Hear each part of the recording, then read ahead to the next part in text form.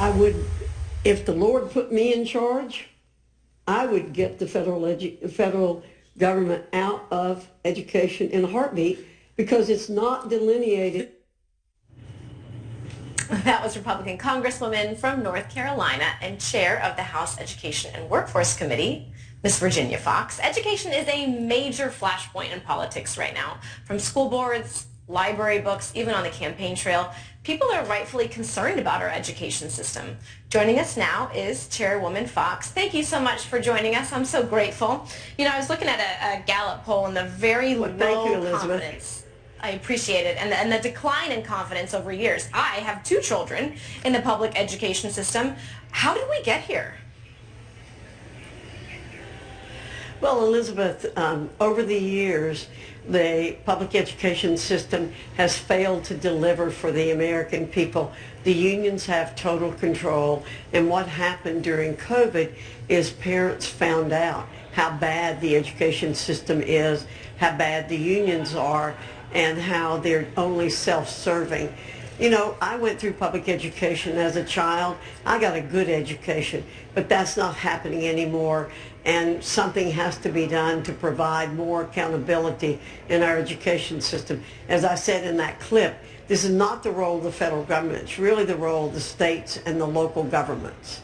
Okay, so you know, you're an elected leader. What is the solution? How do we fix it? If you said unions are in control, how do you put the cat back in the bag? Well, it's very difficult to do. We're promoting school choice. We're promoting tax credits for people so that they can give money to allow students to choose the school of their choice. Having students go to schools outside what we call actually the government schools, not just public schools, but that's part of the issue, having people be able to vote with their feet, but being supported by their own tax dollars to do that, instead of having to pay for the government programs and then also paying for going to a private or parochial school. So that's wouldn't you argue, Chairwoman, that would be very, very hard for low-income households? Well, the whole idea is to give low-income people that option. Right now, rich people can choose to go to non-government schools, but we want low-income people to be able to do that. That's why we're pushing that option, and we're pushing scholarships.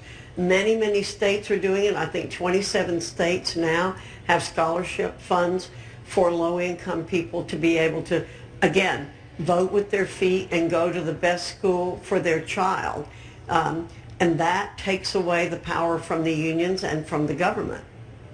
You know, new today, the Department of Education is investigating some of the legacy admissions, the process at Harvard. I know how you feel about loan forgiveness. I know how you feel about affirmative action. I don't know how you feel about legacy admissions and what your stance is.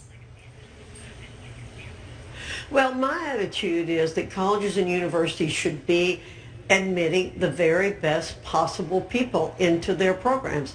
If they want to improve their graduation rates, if they want to improve completion rates, they should be admitting the very best people.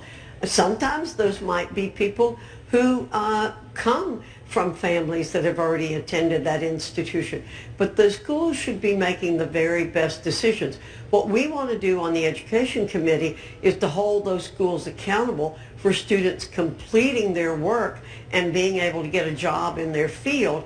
That may have ultimately an impact on what the schools do.